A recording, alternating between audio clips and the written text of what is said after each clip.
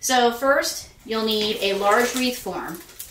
One of the things that a lot of the higher end wreaths have is size, obviously.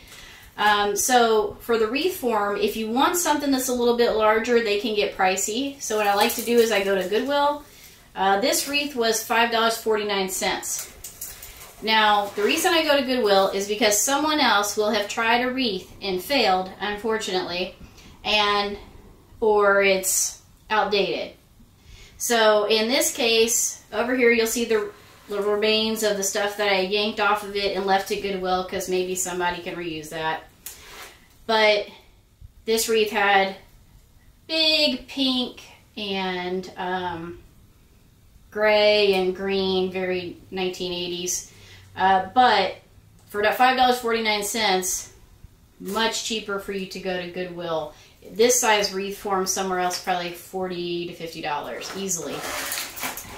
The other thing that I picked up was this raven or crow. It's kind of good size, so it's more almost like raven size. This is at Michael's as well. This was $19.99, but I think I got a 30% off on this. That's probably the priciest thing that I bought for the wreath, and I could not find one this size anywhere else. So I tried. I was hoping to find a little bit cheaper for y'all. Then at Michael's, picked up garland. So here's my garland, and tell there's all kinds of dust. Says it's been sitting in their store since, you know, springtime probably. But originally these were $19.99. Now right now they're 70% off. So it's like $6. And it is better to have just gotten this and a lot cheaper than trying to get a bunch of little bushels of leaves. So I got this garland, and I got the same exact one, so times 2.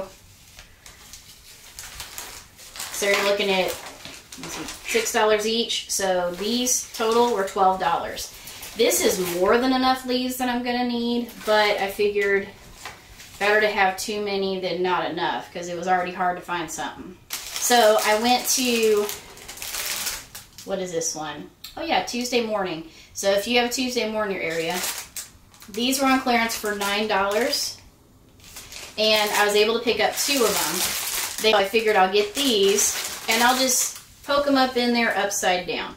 So with all this, because I'm cheap and I'm not going to buy stuff that's already the way I need it to be, and what fun would that be?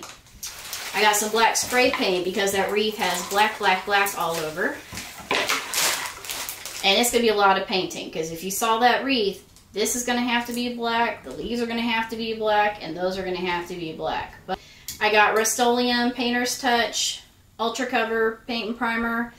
This spray paint I think was just under $5, but Rust-Oleum has really good coverage. Because I have to paint so much too, and then also like there's texture on all of this, I'm not going to buy the little spray can underneath at the bottom, like color block or whatever, those 99-cent cans. Don't do it. It's better to just invest a couple more dollars, but it's worth it. So I got this one's shiny gloss, and I got a matte or flat black. So because everything is black on this, even though it's already all black, I don't want it to just be like all flat or all shiny. So I was thinking to add a little bit more visual interest. I'm going to mix the two and do some stuff in the flat, some in the shiny. That wreath also has a large black bow. I also want to add a little bit of color to it. I have these black ones, and I got this one I really, really like, which has all these spider webs in it. I'd rather add at least a little bit of white in there to kind of break it up, but again, that's up to you, whatever your taste is. So now, go outside, throw me a tarp down, and I'm going to get all this stuff spray painted in a couple coats. Once I have everything spray painted, I'll come back, because y'all know what spray paint looks like. Alright, y'all can tell by the wardrobe change that this took a while. So I got everything spray painted, all the garland, the wreath, the little wheat thingies. And now that everything's ready to be layered, I'm going to use a hot glue gun and put a couple of dots where I need to secure everything. And as you can see, I just kind of, you want to take like your end and just tuck it for a more secure fit.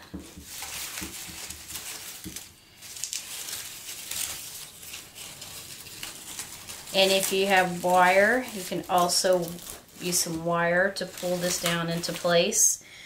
So there's how the wreath's looking. This is a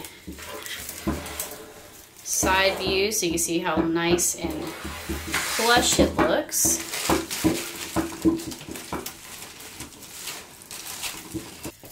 Then I'm going to take my little wheat pieces, stick them in and around.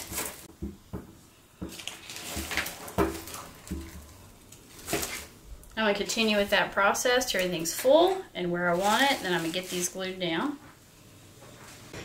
So now that we pretty much have that fluffed, we're going to make our bow for the wreath. So this is the Easy Bow Maker. I got this ribbon at Joann's because they had the 70% off, so it's fairly cheap. This one too. And then this is the one that I got a few years back. That's at Dollar Tree. And then this one's Dollar Tree, but I think actually looking at them, I'm probably going to not use this because this one's already a shear. So for my Easy Bow, let me grab some scissors here. It is just that. So with the Easy Bow Maker, this is a fairly large wreath, so I'll probably put some big huge bow on it, maybe like an 8-inch bow. So on the sides here you have different measurements with all your inches, and you have a measurement on top. So what I'm doing is I'm going about 10 inches out on my length. And then you just put these two little dowels in here and you feed your little ribbon through. And then I want to do, I'll say 6-inch loops on it. So I'm going to twist this around so that the pattern's always facing out. And then I'll go to 6 inches, which is right here. I'll feed this back through, turn it around again so my little pattern's out. Oh, get a little more 6 inches. I'll repeat that process. So I'll do 6 inches out here, and I'll take it back through and get to roughly 10 inches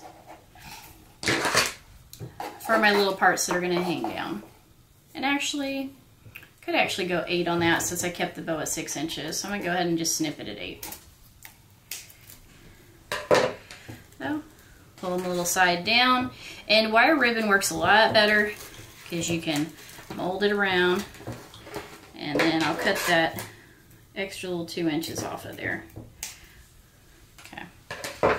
So there is 6 inch, 6 inch, 6 inch, boom, boom. All right, so that's the first one. And then I'm gonna repeat the process.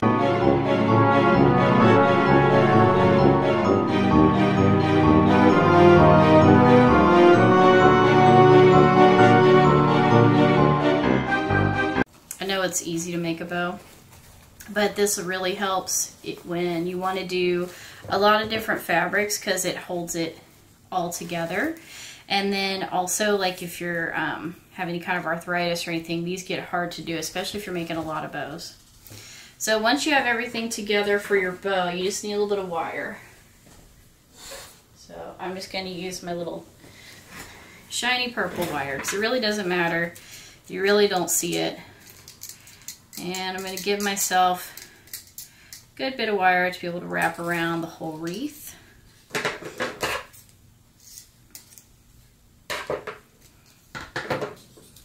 And I'm going to take the wire. You can use what are those little things, those little pipe cleaner things. You can use those too, but I use wire. So I just try to get to like the middle point of my wire. And then I pull this just really tight, twist it around, and then I do the same in the back. There we go. And then I've got these loose pieces. They're going to go through the wreath so they can tie around the back. And then once you have your bow done, then turn it to give you all a better view. You just fluff it out. So this is where the wire ribbon comes in handy.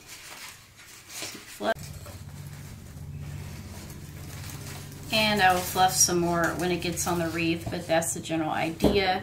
And then you can also take these little ends and fold them over and cut yourself a little V so that they have the like picture perfect little ends like you see on most bows. Okay, so here's the wreath now that I have the leaves and these little thingies hanging off. So I'm going to attach the bow and attach the crow, and we should be good to go. Alright, all done.